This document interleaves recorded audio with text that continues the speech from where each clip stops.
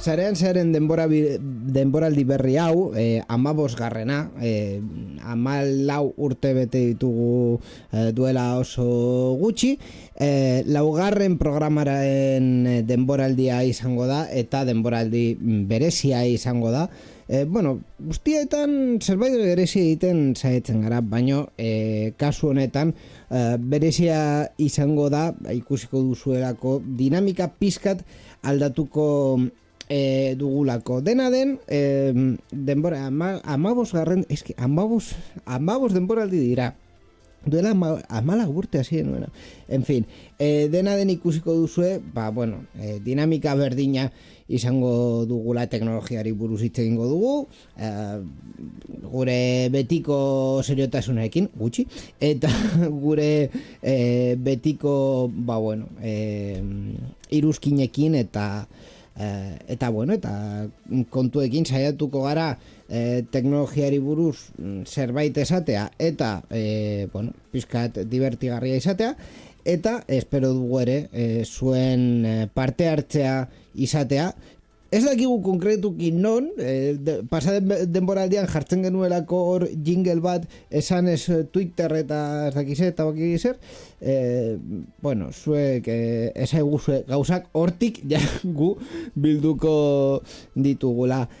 Ordu batez, sarean zehar teknologiari buruzko programa hau, entretenigarria eta divertigarria izatea espero dugu, eta informazio pizkat edatzea ere espero dugu. Gonbidatuta zaudete gure 15garren denboraldira.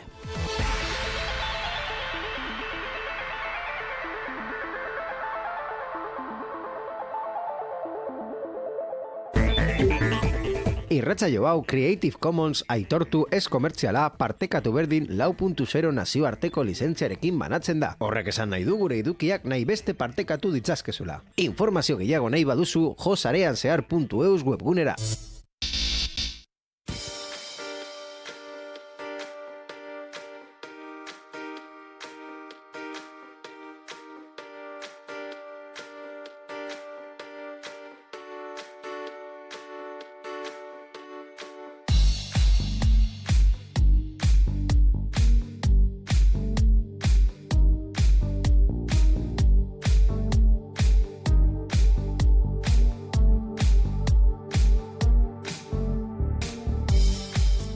Eta gure ikusleek, bai bideoan, bai zuzenean Twitchen norbait badago, ez dakit norbait dagoen gure programa ikusten, gure ikusleek ja nabaitu dutenez, pasaden denboraldian bezala, pasaden denboraldian berdin gertatu zelako, denboraldiaren lehenengo programa honetarako ez dago Borja, hurrengo programan bai izango dugu, baina momentuz, bere aulkia, bere lekua, bere lekukoa baita hartu du gaztetxoena, hemendik dagoen pertsonarik gazteena, basikoki pizkat hori Zumer zein da zuen benaldia, Z belaunaldiaren movida horretan sar gaitezen. Gaizka Carmona, arratsaldeon. Arratsaldeon, Inigo. Zeuk, nahi ez baduzu ere, Zumer zera ere. Baina zu zeure gure ikusi duzu kameran hor botata zaudela torre pantxingau. Orokorrean, hau izan oide, nere gaming room duela ordu bete terdi hasi dugu postura, baina ointze bertan ja nau bariku izango balitz lez. Ez da barikue, baina... Neutzat bai. Niretzat larun bata izan da. Toma! Eske, en fin, nire ordutegiak. Ez jata gertatzen. Ze moduz uda, ze moduz bizitza? Bueno, ondo, Inigo, eske, neuko goratzen dut ezakitzeatzik, baina komentatu desunean hasieran 15garren denboraldean movida, 14 urte dramatxosa dela, amen. Karo, 15garren denboraldia hasten dezu zeuk, 6garren hasten donik. Bai. Gaming roomena. 6garren denboraldia. Neu heldu nintzan ona duela 5 urte, kriajo bat izan da. Bai. Eta kriajo bat izaten jarraitzen. Eta kriajo bat izaten jarraitzen, baina gitxienez oin kartzera jo naiteke. Kizir. Eta hori aldaketa oso nabaria de, ez iPhonearen bezala. Ja sartzen nahi naz gidoien. Bueno, eta horrela izango da programa osoa, osea, kizir. Begira. Kostumbrau. Ni uste ditikona, bai. Etxe saldatu naiz, lana saldatu naiz, bi aldiz. Novio saldatu zea, digo, hori ez. Gizon misterioa nirekin jarraitzen. Bai. Eta euskara gehiago hitz egiten dut, nire egunekotasunean. Bueno, zeure euskararen movida da lan aldaketaren inguruan.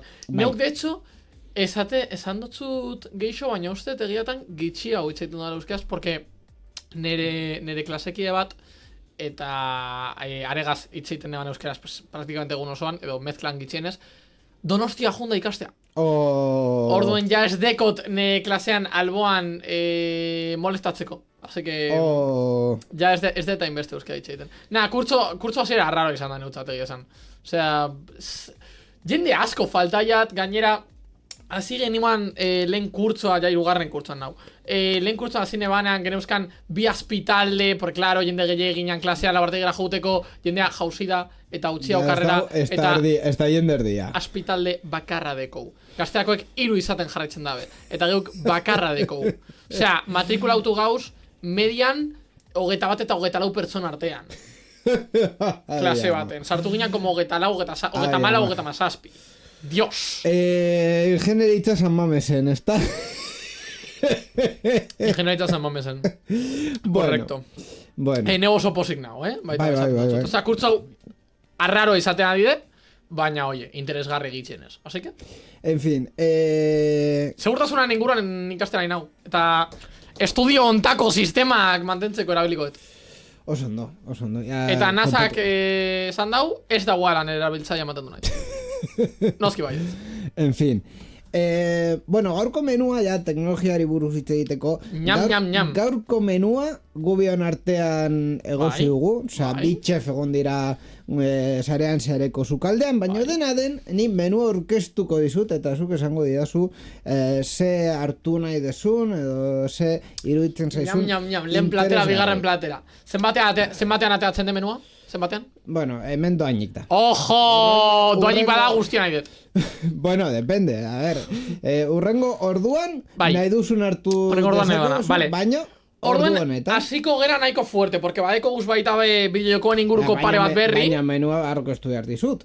Neu badakitzein da menuain. Badakizu, baina orkestuko dizut pizkat. Bueno, bideokoak badauz, eta itzaingo dugu haien inguruan. Sare sozialak badauz. Enpleguari buruz hitzein dezakegu ere. Ze gehiago, espazioari buruz hitzein dezakegu. Apple hortik gauza batzuk aurkeztu ditu, eta zibersegurtasunari buruz zerbait ere daukagu. Orduan ze hartu nahi duzu lehenengoz. Hasiko gea Applei mierda sartzen. Eta hori izango da ordena. Eta hori izango da gaurko estruktura guztia.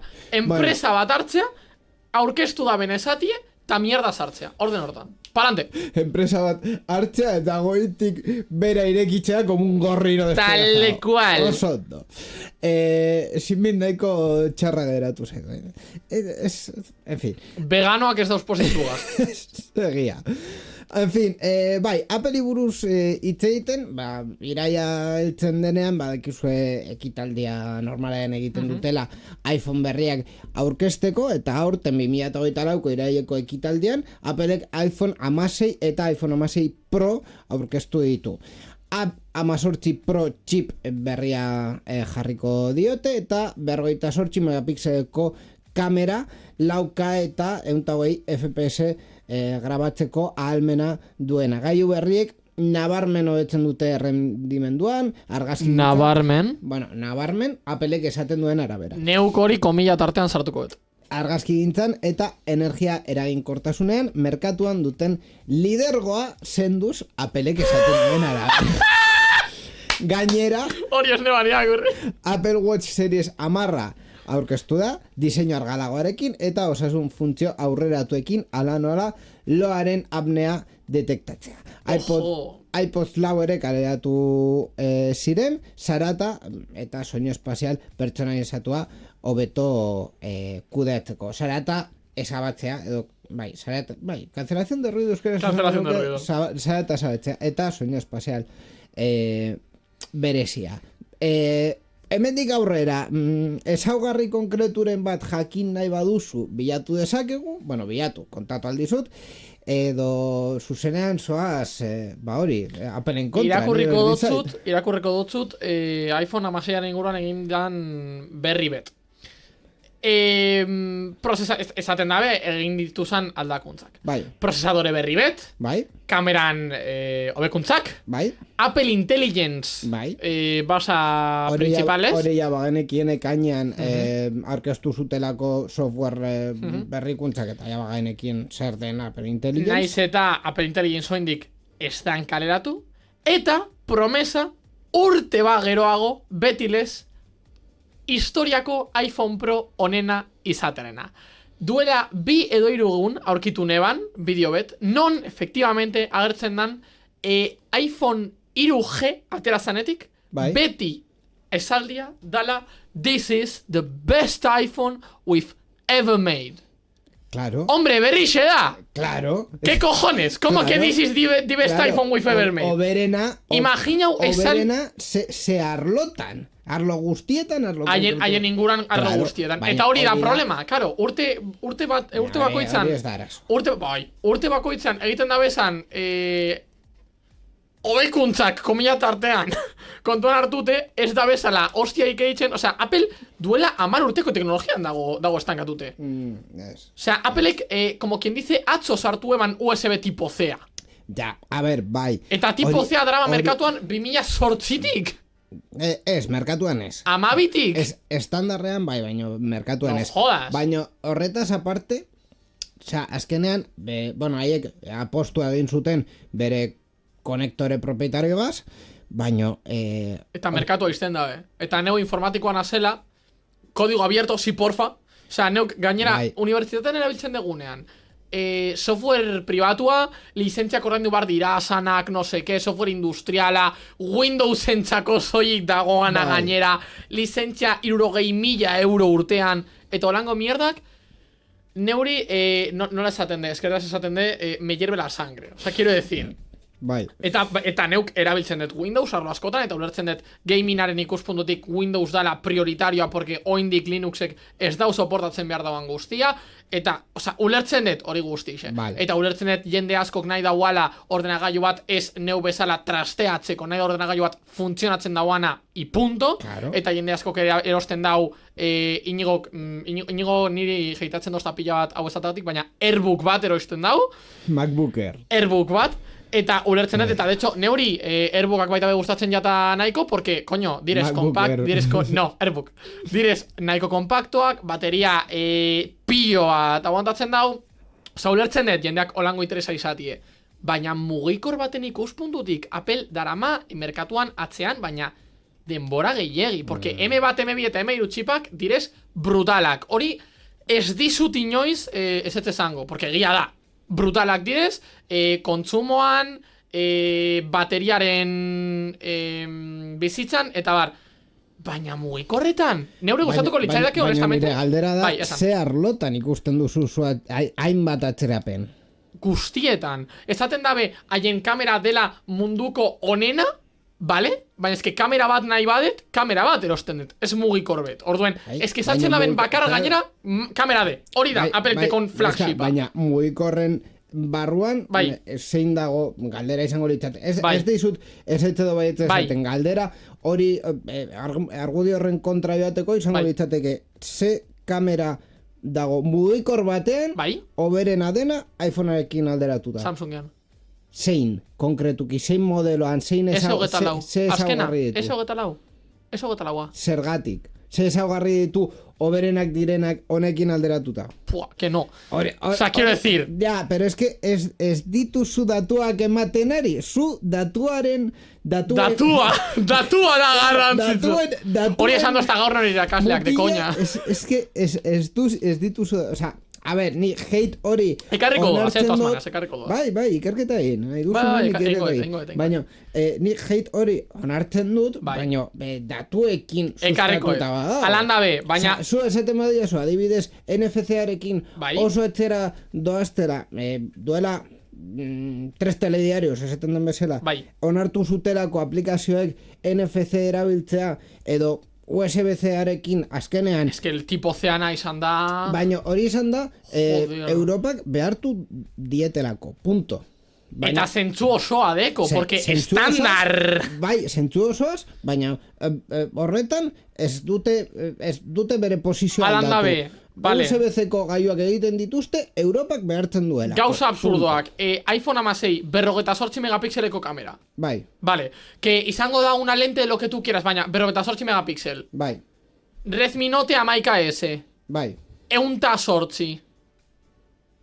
O sea, quiero decir, eta mugikorronek ditu merkatuan 4 urte, 3 urte, por ahí. Baina, 108 kamera guztiak batuta. 108 principalak. Ziur. Principalak teko Ziur. 108ko modu bet. Principalak. Zein da modelo hori? Redmi? 11S. 11S. Note 11S. Redmi Note 11S. O sea, aquí decir, 108 megapixeleko kamera principala. Gero deko gran angularra eta nahi desun guztia. Aparte. Uste dut datuak ez ditu dela topatuko. Aparte, esango dut gauza geixo, adibidez. Bai. Mugikorra bai. hain novedoso eta hain berria eta hain hobea, porque this is the best iPhone we've ever made. Bai. Espero neban falso bika baino erresoluzio gehiago izatie. Ez det hainbat erresoluzio behar 6,3 pulgadako mugikor baten. Totalmente de acuerdo. Baina, ya que hain novedoso eta hain berria eta hain mobilade, o sea, quiero decir, iPhone 16 Proak dekos 1220 pixel altueran, eta 16 Pro Maxak deko gutxi hau. 1206. Pantalla diagoa egin dutelako, baina ez hain dentsoa den, no? O sea, kizir, eta gero, gustatuko litzaideke, eta hau honestamente egia, gustatuko litzaideke pila bet ikustea portatilen prozesagailuak mugikorretan. iPhoneetan. Ze bateriarekin. Eta hori egin daiteke. Hori egin daiteke. Baina ze bateriarekin. Ez dakit, baina egin daiteke. Porque hain efizienteak badira eta la hostia, oza, quiero decir, hain efizienteak badira, eta gero, bi, kostuan, hori sostenibla da. Porque Airbook bat da iPhone bat baino merkeagoa. Bai, modelo batzutan bai. Modelo batzutan, modelo ja guztietan. M bat merkeagoa da eta M2 merkeagoa da baita be. A ver, egia da... Badakit kontsumoa izango dara altuagoa, baina hori baita be kapau daikezu. Egia da, adibidez, iPhone 15ean jartzen duten bateria, ja, aurrekoak baino pizkat handiagoa da, osea, iPhone 10ean, ja, gogorra izan behar jarraitzen zuten jartzen horrelako 1800 miliamperioko bateria. Segiten dezu horregaz. De hecho, iPhone SEak uste dut daukala iPhoneen tasen inguruan, bateria bizitza gitxiena. Osea, agortzen dau bi ordu baino gitxiena. Claro, orduan, Applek jokatu duen jokoa beti izan da bateria ertaina tirando a txikia jartzea, tirando a txikia, bai, jartzea eta prozesagoio efizienteak egitea, eta pizkat gora joan dira bateria kapasitatearekin, baino joko berdinean daude. Orduan, claro, zu jarri nahi badio zu iPhone bati, bai, jo que se, 6.000 miliamperioko bateria bat, edo 5.000, bai, non jartzen duzu M bat txipori. Kapatuta jartzen badezu. Non fizikoki, claro. Ah! A ver, 5.000 miliamperioko bateria bat ez da ingogorra. Honek, dekos 5.000 miliamperio. Bai, baino hori iPhone bat baino pizkat lo ditxoagoa da. Ziur zauz. Claro. Fundak asko engainatzen dau. Alderatu nire iPhone 13arekin. iPhone 13agaz, hau finago de. No, jarri hor kameran. Emoiztak. Jarri hor kameran. Hau finago de. Aurreko neurea. Pasaden urtean, epa.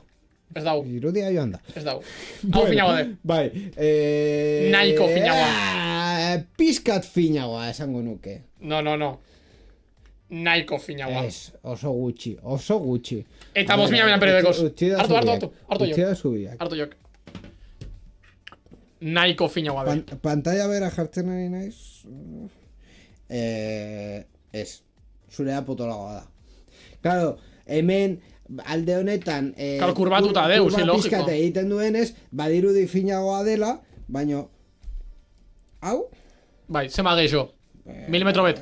2 milimetro. 2 milimetro. 2 milimetro esango. Bueno, pues ya que 2 iPhone... milimetrotan elektron asko sartzen dira. Pues ya que iPhone amaseia handiagoa de aurrekoak baino, pues egin 2 milimetro gogorragoa. De hecho, behitu, es que hemen deko guz dimentsioak. O sea, quiero decir, badeko das, neuk. Aurkituko doaz, Redmi Note 11S Dimensions. Bai, sí. Eta holan bilatu daikegu. Behitu, zein nahi dezu, Pro edo Pro Max? Pro. Proa, bale. Proak dekoz, altueran, 8,3 milimetro. 8,3 milimetro. 0,83 centimetro. Neureak dekoz 8,1 milimetro.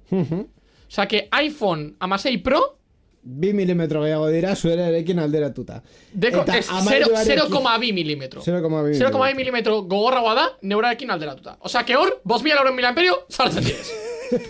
Eta gainera, repito, M1-aren eitzen badezu beste revisio bat M1 Mobile edo lango zehozer, kapatzen dozu pizket, porque ulertzen dut ez dezula behar portatil baten potentzia muikor baten, que gustatuko litzadeke pila bat ikustie, baina ez dezu behar, orduen kapatzen dozu pizket, egiten dezu efizienteagoa, eta gainera, eta hori bai gustatuko litzadeke pila bat ikustea, finalmente esan daikezu egiatan eta jakinda, zeure mugikorra dala potentena gamingean. Porque saiatu ziran hori esaten, eta era una trola como una casa. Osea, En fin. literalmente bateriak duratzen eban 30 minutu, 85 gradutan, eta holango mierdak. Eta sartzen badezu eme bat, korritu aldo zuz jokuak. Sin problema. En fin, entzun duzuenez, ikusentzune maitek, hemen ez dizuegu barkatu, gomendatuko iPhone 16, hemen hater bat dagoera. Aia niño bai, baina neukez. Pues chico, yo que sé. 1.500 pavo! Niri gustatu zaidana baina hauen ekainekoa da, izan da Apple Intelligence, hau da, Hori adibide bai. artifizial bat izatea, Esango dut mugikorrean bertan esekutatzen. esango dut beste gozatxo bet, oso polite. Esan. Apple Intelligence, no se que, ia esekutatzeko mugikorrean. Bai. Bat, hori zirigaz egin behar izan zuten duela 4 urte. Ja, baina Partimos de ahí. Duela la urte, por lo que sea. Duela 4 urte, ia, adimen artifiziala edo duela ez zegoen 3, modan. ChatGPT existitu zan. Baina ez zegoen modan. Nahi desuna, baina, pasaden urte. baina esaten dotzudan. Urte eta erdi. Vale, nahi sortu desuna, zen. baina Samsung S24, azkenengoak, que de hecho S24 ez da hau, oza, atera behar da bena da S25, ja. Bai. S24 da pasan Aurrekoa, urtekoa. bai. Vale, ba, aurrekoan, dekozu, deien, NASA ez da unai neuk lan egitea, deien tradukzio, itzulpena, Bai. denbora realean. Denbora errealean, zeuk itxeiten Eta dezu. ondo funtzionatzen dau. Joder. Ni ikusi ditudan kritikak izan dira. Hau da, rajando de Samsung, dice, es que kaka bat da, ez dakize, eta dakizer. Neuk ikusi dudaz cosas muy, muy bonitas, Eta, hori... Ingelesez. Ingelesez. Bai. Bai. Claro, Apple Intelligence ere hasieran izango da. Hombre, bakarrik momentuz ingelesez. dekoz, Samsungek ez deko baita be hizkuntza gehiagi, uste dut deko zala 8 Claro, ba bueno, gauzak ere garatu behar dira. Baina hori, iruditu zitzaidan, como la hostia. Dena den, Appleko gaia hemen utziko dugu ya 15 minutu da. 1.500 euro mugikor batengatik. Venga, musikari geratu bat. Es que Musika nirekin ados dago, Iñigo. Ados dago, niga. nekatu duzu hasta Bai, totalmente. Zinezkoa da.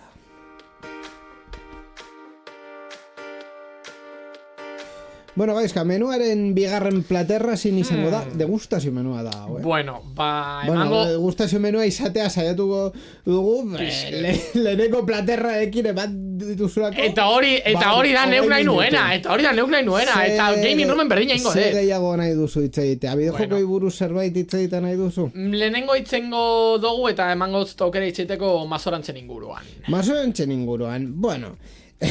Es que hemen daukat Horregatik dinotzu. Pa repartir. Neu ja desaugatu naz, gero desaugatu beharko naz berriro beste bategaz. Baina desaugatu naz, oin zeure momentua. Bueno, sorpresa gabe, Masmobil Euskaltel erosi zuenean, gogoratzen duzu esan zuela, enpleguak mantentzeko konpromesua zeukala, uste dut 5 urtez. Buen txiste. Bilatuko dut, bilatuko esan nahi dudalako, bai, hau, 2021 izan zen, eta bueno, esan zuten, bai, 5 urtez, mantenduko zituztela enpleguak, eta, bueno, potentziatu nahi zutela, hemen zeukaten presentzia. 5 urtez 2026 arte da, eta Bai. 2024an gauz, vale? Bai. Hori kontuan hartu, vale? Venga. Fusio ez den fusio baten ostean, hau da, MásMóvil eta Orange aurkeztu dute Izena ez da txarra, udan zehar. izena ez da txarra. Izena nire ez zait gustatzen. Ez dute ez dituzte enpresak batu, horrelako joint venture bat egin dute, baino hala ere martxan jarri duten lehenengo neurrien artean izan da enplegu erregulazio expediente bat jartzea. Hau da, guztiok ezagutzen dugun bezala, unere. 800 pertsona kaleratzeko plana daukatik konkretuki gehienez esan dute 785 plantilla, enpresas berdinen plantillaren 9,9,5. Kontuan hartu behar dugu talde honetan dagoela Orange bi enpresa direla, Jastel Orange barruan dagoen ez da enpresa aparte, baina bueno, dagoela MásMóvil, dagoela Euskaltel, eta R Telecable, enpresa ezberdin bat izaten jarraitzen duenez, horretan daude. Orduan, bueno, alde batetik nire tristura dator zeukaten konpromesua uste dudalako ez dutela betetzen ari, hau da, enpleguen kontua eta bar, ez dutela mantentzen, baino dena den, beti bezala negoziazio bat hasiko dute sindikatuekin, eta beti bezala, sindikatuek esan dute, que puta mierda me estás haciendo. Beti bezala, ez.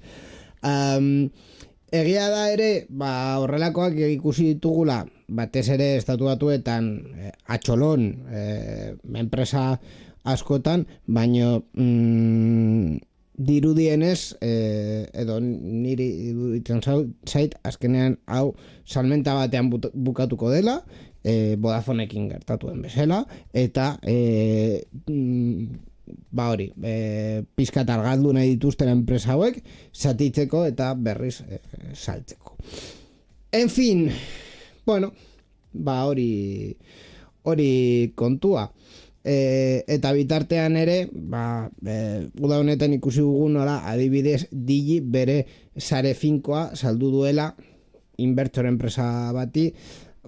Ezagit, telekomunikazioen arlo honetan, operagailuen arloan, ez da ezer zaintzen ari, dirudienez, bai enpresei, bai politikariei guztia berdin zaie, suposatzen da sektore estrategiko bat dela eta enpresa, administrazio eta pertsona guztiek behar dugula gaur egun interneteko konexio bat izatea etxean, baina guztiei bostatxola ze egiten den gure diruarekin, laguntza publikoekin, ze zuntz jartzen den non errepikatzen den edo ez den errepikatzen, eta ze egiten den bere garaian eta orain ere jarri genuen diru publikoarekin, adibidez Euskaltelen, baina ez bakarrik Euskaltelen, ze diru jarri zen Galizian Erren, ze diru jarri zen Asturiasen Telekablen, ze diru jarri zen Movistarren, Telefonikan, jartzen da gaur egun ere.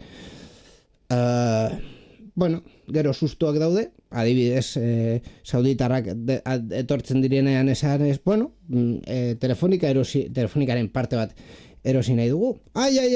Eske bapatean atzerriko eskuetan geratuko da. Claro, ez denez publikoa denean ere ez dugu zaintzen. Jo que sé, la movida, es que esto es Iñigo dau abokaturan haitzen eta de repente esaten dau, jo que sé la movida. Iñigo, Zumer batzea neulez. Ez saiatu hori eskutatzen porque ez dezu lortuko eta neuke ez dotzutu txiko. Zumer batzea neulez. Zure iritzia, gaizka. Niritzia, neuk movida hauek ez dut zulertzen. Ez dakit zure baita... galderak. nire galderak, osea, neutzat despeida bat eta ere bat ez de berdina. Bai, kaleratze bat da. Kaleratze bat da. Ere bat egitea, edo... Eta ere, zeatik bat da ere eta bestea da erte? A ber, erteak... Osea, COVID-ean bizi genituan erteak, baina dakia kuenka. Baina erteak zeran denboraldi batez enpresak ez ordaintzeko langile kopuru baten soldatak eta gobernuak soldata horiek usteko dut gobernuak ordaintzen zituela. Uste baietz. Ez dut gogoratzen. Uste baietz, eta horregatik sartu ginen krisia. Uste baietz, eta gainera da, postu horiek edo langile horiek mantentzeko enpresaren barruan, baino enpresak ez ordaintzeko ez daukalako ordaintzeko almena. Hori da, erte, horregatik da temporal, horregatik teori. Ere bat da, kaleratze masibo bat. Básicamente. Ez que hori nahiko mobila izan zen, eta gogoratzen dut. Gaizka, jarriko zea pandemian inguran hitz egiten? Bai. Hori izan zara nahiko mobila, bereziki nire sektore aktualean, momentu hortan ez sana, baina nire sektore aktualean, informatikan, informatikan enpresak zu da una barbaridad, etxetik lan eitzen dezu, sencillamente adaptatu bar izan ziren, porque izan zen baita be, eta eta portatila eraman bar dezu etxera, eta ekipoa, eta no seke, eta Zoom, eta Skype, eta Teams, eta la hostia, baina azken baten, adaptatzen zea, bakoitzak be etxetik lan eitzen dau, eta palante, konto, eta kostatuko jatzu ezin altxatu izatea, eta zeure lankidearen gana jutea galdetzera zehatzik problemak izaten ari zaren if klausularen barruan, bai, baina, egin daikezu bardin. Teams bidez, edo dana alakoa, edo alango mierdak. Osea, neure sektorea prestatuta da horren aurka. Baina, karo, beste sektore hainbat, adibidez aireportua, adibidez lan fizikoak, totalmente fizikoak, garbitzaileak, supermerkatuko langileak, funtzionarioak azken askotan, irakasleak, koño. Eta ze izen dezu. Eta hori, nahiko moguia izan zen. Orduan, karo, enpresa batzuek, pues, pairatu eben, eta palante con todo, eta, bueno, neure beneficioak berdinak izango direz, porque pandemia egon, edo ez egon, jende guztia hilda egon, edo ez, sistema informatikoak lanean jarraitzen dabe. Eta sistema informatikoak mantendu bar direz. Orduen, eta tan sencillo como eso, eta kodigoa egiten jarraitu barde, eta jendeak programak jarraitzen ditu izaten. De hecho, lan kopuro izan zen abrumadora, porque, claro, momentu hortan guztiek behar zuten sistema bat digitala, logikamente, etxetik lan egin alizateko, eberen enpresak mantenimendu askoz fuerteagoa behar eben, eta SB-nak sistema bat behar zuten, zuzenean. Orduen, nahiko mogia izan zen, baina, karo, beste sektoreak, fuerte. Eta oniburuz konkretuki, porque has hecho... Bueno, oniburuz, sin más, joan nintzen hortara, porque, karo, ere eta erte nire hizkuntzan berdina direz, orduen. Ez dira berdinak.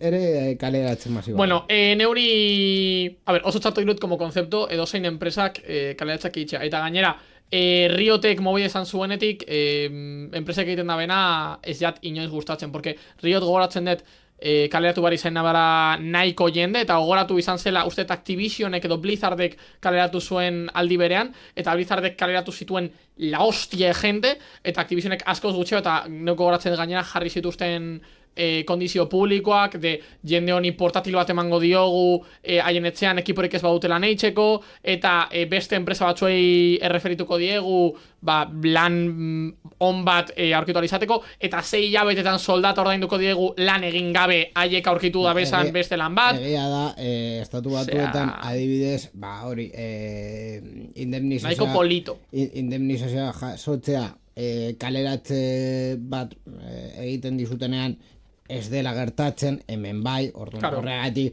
hemen inork ez du soldata ematen 6 hilabetez lan egin gabe la movida, legez dagoelako indemnizazio bat. Baina lan dabe, Riotek egin eban sistema nahiko polita, digamos, zentsu hortan, porque inori ez aio gustatzen, logikamente, enpresa batek kaleatzea. Orduen, pues, ondo irutu jatan. Baina, mucha pereza. Osa, kizir, kaleratze masiboak dekouz egun baten eta horrengoan baitabe, sin sentido alguno gainera, eta gero gertatzen jaku beti gertatzen dana. Elon Musk despide plantiaren 175 kaleratzen dau. Eta Twitter mantendu behar dabe geratzen dana 175, eta nola mantentzen dabe. Pues a duras penas. Orduen, claro, movidas. Claro, es que es que gainera... Ez jata ondo iruditzen, como konzepto. Osea, jende hori hor badekozu, zerbaitegatik izango da. Eta gero gertatzen jaku beti berdina. No, eske ez dau diru ordaintzeko. Edo ez dute lortzen, espero genituan bezainbeste beneficio. Bai. Hori gertatu jako duela gutxi Microsofteri. Kaleatu duenan, bueno, itxi dagoanean, Tango, zintzan zala Hi-Fi Rushen estudioa. Hi-Fi Rushek saldu dau arrasando, baina bere posibilitaten oso gainetik. Eta lan dabe, itxi dute estudioa. Zehatzik dalako joko indi bat. Eta Microsoftek erosten ditu estudioak izteko monopolioa nahi daualako. Claro. Eta estudio indi bat nahiko arrakastatsua danean, Microsoftek erosten dau. Hori da, arlo honetan, telekomunikazioetan, operagailuetan, jarraitzen nahi dugun hildo berdina. Ja, baina hemen dau askoz be diversifikatue. Osa, kasuetan deko edo Sony edo Microsoft. Operagailuetan? Bai.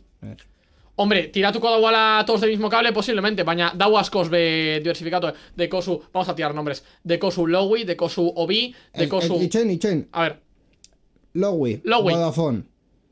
Obi. Telefónica. Vodafone como concepto. Vodafone. Más Orange, oin. Más móvil, más Orange. Digi. Movistar.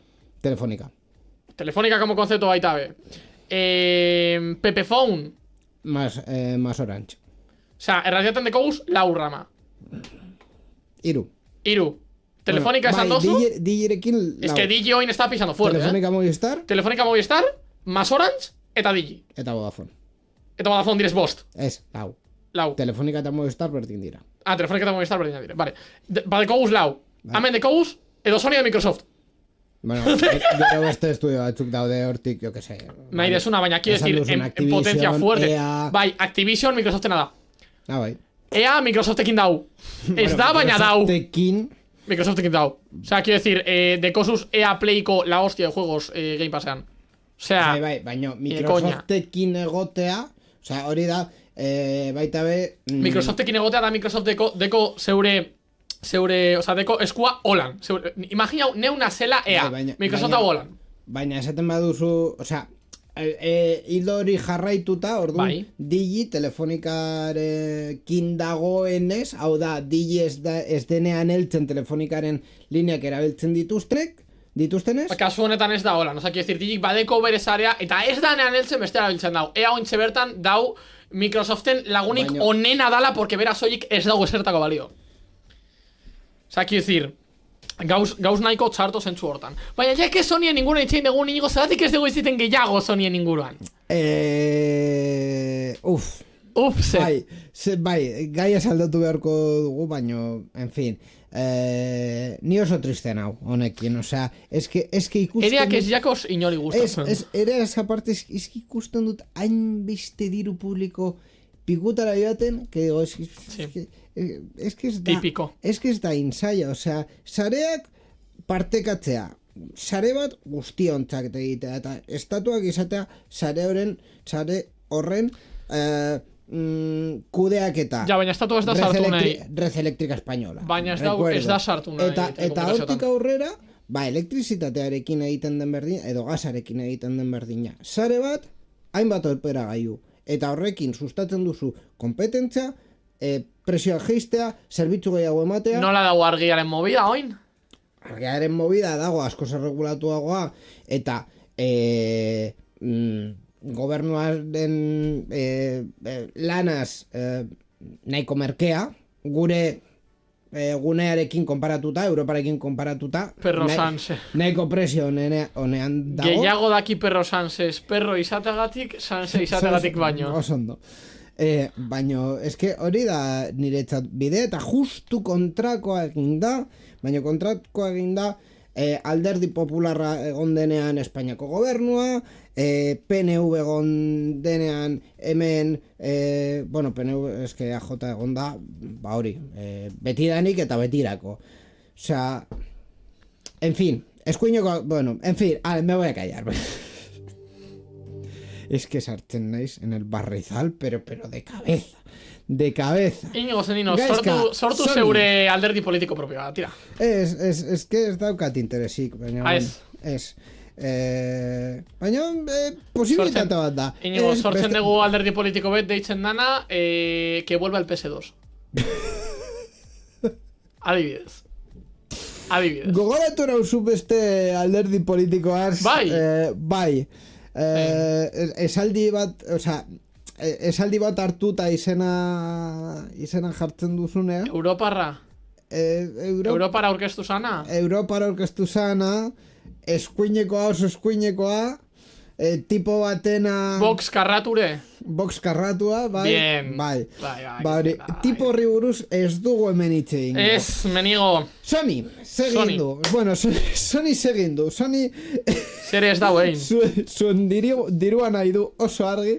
Eta horretarako... Nola ez dau nahi izango. Eta horretarako aurkeztu dute PS5 Pro. PS5aren urrengo evoluzioa, ez? Merkaturatuko dute azaroaren 7an, haik esaten duten arabera, GPU-aren errendimenduan 167 gehiago ematen duen kontsoraekin, RAM baitare 168 gehiago, eta 2 terabaiteko SSD disko batetkin. Ray Tracing teknologia aurreratua eta grafikoak hobetzeko ia erabiliz egindako eskalatua ere, barne hartzen ditu. Agárrense fuerte. Zazpireun tararogeita bederatzi, larogeita meretzi barkatu, zazpireun tararogeita meretzi, Sortzireun pavo. Kontsola, 8.500 joko baino gehiagorekin bateragarria izango da, PS4 eta PS5 titularekin bateragarria delako, esan bezala ez da belaunaldi bat, egungo PS5-aren hobekuntza da, eta egungo PS5 salmentan jarraituko du. 800 euro PlayStation 5 Pro izatearren, erostearren. Zuriritzea, Borja. Barkatu, zuriritzea, gaizka. Pintxame la dos. Ez daukat. Ez dekozu. Mierda. Kamera hori pikutara joan da. A ver. Appleen estrategia ja de bases ja ta gustatzen, baina badaramago ikusten la hostia de años. Bai. PlayStation, ja usted izan zara PlayStation 3agaz, ligatu eben pillo bet, porque usted atera ebela 600 euroan, eolako zehozer, usted izan zara PlayStation 3a, edo PlayStation 3 Pro, ez nau ziur, eta jendea jauzi zitzaien gainean, baina a la primera de cambio, totalmente comprensible. Bai, uste dut denengo bertsoarekin izan zela rollo, ¿qué hacéis? Osea, beste guztiek kompetentzak dau 400-500 eurotan, eta zuek 600 eurotara joan zarete. Bai, gogoratzen dut. Eta PlayStation 3a atera zan 2006an. 2006. 2005 esatean nengoen 2006. Pasau direz 18 urte, eta ez dugu hostiarik ikasi. Ez dugu hostiarik ikasi. Osea, quiero decir. Ai. Punto número 1. Eta, hemen hasiko naz rajatzen, baina muchísimo. Punto número 1. Egin dabe una prueba técnica. Haiek esan dabe, dala prueba teknika. Bai. Proba teknikoa. Bai. Eta proba teknikoan, bai, ez dabe hardwarearen inguruan hostiarik esan. Vale. Geure GPU-a 167 indartsuagoa da. Zehatxik, zedeko. Ez dakit. Geure rama 128 azkarragoa da. Zehatxik, zedeko. Ez dakit. Claro, esan dute, ni o sea, ya hor fuerte. Baina egia da, esan dutela, kontzeptu hoiekin, azkarragoa, indartsuagoa, potenteagoa, holango mierda. Claro, ni esan dut gehiago datorrela, baina agian ez da gehiago. Claro, suposatzen da, optimizatu dutela. Suposatzen da, izango dituela GPUak nukleo gehiago, porque nukleo ertzen dut, holango bideokontsola batean, bere helburu nagusia jokatzea dala, ez dezula behar CPU potente bet. Orduan behar dezu CPU, grafikarekin akorde doana, eta jokatzeko, bete esaten dut berdina. Jendeak saiatzen da jartzen 14. generazioko izazpiak jokatzeko 30 bategaz. No. O sea, quiero decir, 10. generazioko i5 bategaz korritu daikezu. 12. generazioko i3 bategaz korritu daikezu. Osea, CPU-a jokatuko badezu, karo, beste gauza batzuk egingo badituzu, ja, no me meto. Baina jokatuko badezu, ez dezu bergeixo, porque ez dezu CPU-ari, ez diozu CPU-ari gehiegi eskatuko. Orduen, ulertzen den CPU-a ez da bela ikutu nahi, baina 167 indartsuago bada GPU-a haiek esaten da benez, CPU potenteago bat behar dezu. 100%. O sea, quiero decir, aldaketa hori oso potentea da. Eta RAM azkarragoa, vale? Pues LPDDR bost isa izango dabe, LPDDR bost beharrean. Berdin jat. Hori punto número 1. Proba teknikorik gabe. Vale. O sea, ez Datu dakit, teknikorik gabe. hardwaren inguruan ez dakit ezer. Porque ez dosti esan. Bigarren puntua. Biterako diska jartzen dabe. Bai. Biterako diska horregatik kostatzen dau 800 euro. Badakizu ezergatik dekon biterako diska? Ez dekolako diska irakurgaierik. PlayStation 5 Pro All Digital da. 800 pavo All Digital bat izateagatik. Eta jak ez dekodan kamera 800 pavo All Digital batengatik. Lektorea 120 pavo gehiaude. Externoa. Eta badakizu noiz atera zan lektorea? PlayStation 5 Slim atera zanean. Baina horiz egin zuten ere PlayStation lauarekin digital bat zegoela. Eta karo, dau aukera digitala izateko. Osa, PlayStation 5 atera zanean. Digital hori normalan konvertitu dezakezu lektorea erosiz. Principios bai, correcto. Baina, movida da PlayStation 5 atera zanean, badeko zu PlayStation 5 normala eta digitala direz 1 euro gutxiago. PlayStation 5 Slim atera zanean, zenukan normala eta digitala. Eta digitala ziren 1 euro gutxiago. Todo el sentido del mundo. Baina oinez, PlayStation 5 Pro, soilik da digitala, soilik. Irakurgaia erosi barrezu aparte, eta irakurgaia izanez, ez da PlayStation 5 Pro arena, da Slim arena. Porque irakurgaia aparte, atera zan PlayStation 5 Slimarekin. Erosi alizateko PlayStation 5 Slim digitala eta irakurgaia, edo PlayStation 5 digitala soilik izatekotan, irakurgaia baita be erosi alizateko. Eta gainera, ez deko baita be standik vertikalen jartzeko. Erosi barrezu aparte. 30 pavo. Gaizka, denbora ia bukatu zaigu, orduan, bi puntu gehiago edo puntu bat gehiago geratzen zaizu? Bai, holango zeo zer. Oso askar. Vale, super askar, esaldi baten. 8.500 joko baino gehiagorekin bateragarria, baina haietako bat ere ez da berria. Eta gehienak PlayStation 4 korritzen ditu. Eta lauka 60 frameetan jokatu aldezu orain bai, porque lehen lauka 30 framesen en quality en lugar de performance. Ja, ez direz joko guztiak. PlayStation 5aren kutzan jartzen dau, sortxikarekin kompatiblea dela. Eta honek korrituko dau lauka 60an, porque tu me lo digas? Sí, baina. Gidoian ikusten duzu, berri batzutan jarri dudala B bat hasieran, berri askarrak egingo ditugu, planeatuta, baina bueno, berri askarrak egingo ditugu oso askar. Ni izenburua eta zu irakurri berrien artean saiatuko naz oso askar irakurtzen, baina trabau gabe, porque gainera denbora honetarako jarri dut retoa vokalizatzeko betilez, baina bueno. Vokalizatzeko. Berri askarrak. Berri askarrak, sarean zehar. Eta berri askarren lehenengoa Nintendok Parkwallen sortzaileak salatu dituela da. Nintendok The Pokémon Companyrekin batera Pocket per Palworldeko garatzaien aurkako demanda aurkeztu du, jabetza intelektualaren urraketa argudiatuz. Jokoak Pokémonekin duen antzekotasunagatik ezaguna, baina armak sartxaren ikuspegi bortitzagoa duena, eztabaida sortu du bere izakien eta Pokémonen arteko antzekotasunak direla eta. Nintendok Palworlden banaketa geldiarazi nahi du eta kalteengatiko ordaina lortu, patente eskubide ugari urratzen dituela argudiatuz. Pocket Perrek oraindik ez dio publikoki erantzun eskariari. Mirariz ez diogu Luigi inorri jarri momentu. Asko tardatu dabe. Gehiegi. Lehenengo euskal satelitea lur bat espazioratu dute. Arabako AWS konpaniak garatutako lur bat satelitea arrakastaz jaurti dute Falcon 9 zuziri batean, Kaliforniatik. Mikrosatelite hori 8 milioi euroko inbertzio egin ondoren diseinatu da, eta Euskal Autonomia Erkidegoko bere izmen handiko irudiak eta ingurumen analiziak eskainiko ditu. Lur batek lurretik 515 kilometrora orbitatzen dau, eta funtsezkoa da jasangarritasun proiektuetarako. Hondakin espazialen erabilera barne, mugarri bat ezarriz Euskal Industria Espazialean 800 milioi euro sortzen baititu urtero. Euskadi esan dezakegu ja espazioan dagoela. Euskadi top of the world. Ole. Frantziak Telegramen CEO eta sortzailea atxilotu du.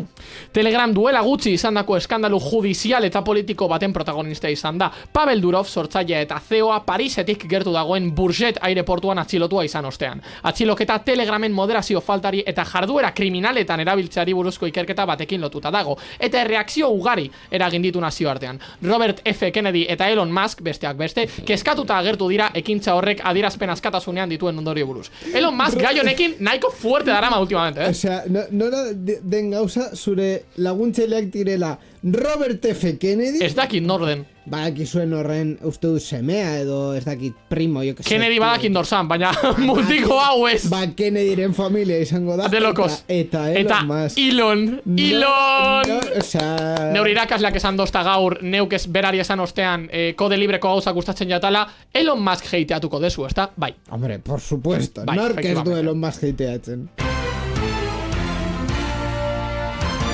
Eta titulo bukatzeko, Brasil X, hau da, Twitter sare soziala itxi du epailearen aginduz. Twitter, no voy a decir X, Twitter sare soziala bertan behera geratu da Brasilen. Operadore nagusiek Alexander de Moraes Gorte Goreneko magistratuaren agindua bete ostean, plataformak agindu judizialak bete ez dituelako. Elon Muskek Twitterren jabeak Brasilgo gobernua kritikatu zuen, epaiari helburu politikoekin adierazpen askatasunaren aurka egitea leporatuz. Bertan bera ustea albiste faltzuen edapenari buruzko ikerketa batekin lotuta dago, non Musk delitu larrien susmopean dagoen.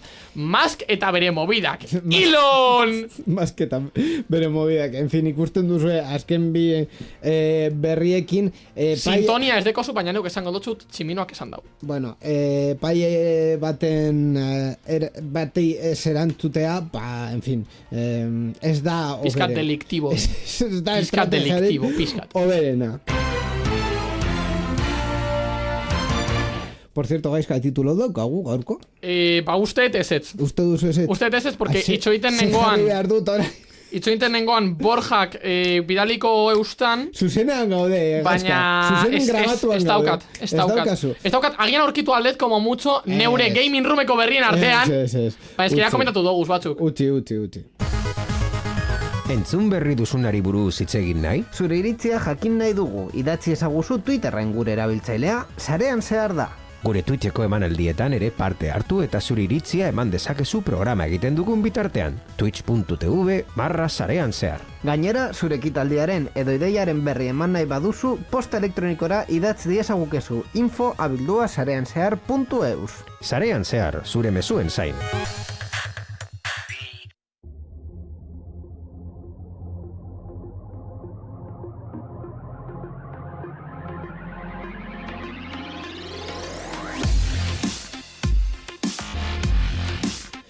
Ba, onaino, sarean zearen 15. denboraldiaren lehenengo programa, en fin, lehenengo programa hau gaizkak eta gehiago egin duguna, basikamente, beste izen batu jarri nahi ditut. Puta madre geratu, Egia da Borja hor distantzian dagoela laguntza eta poia ematen, baino egia da ere berriak bilatu ditu dela, eta bueno, eta zu hemen egon zarela zure iritzia ematen. Borja, we love you, always in our heart.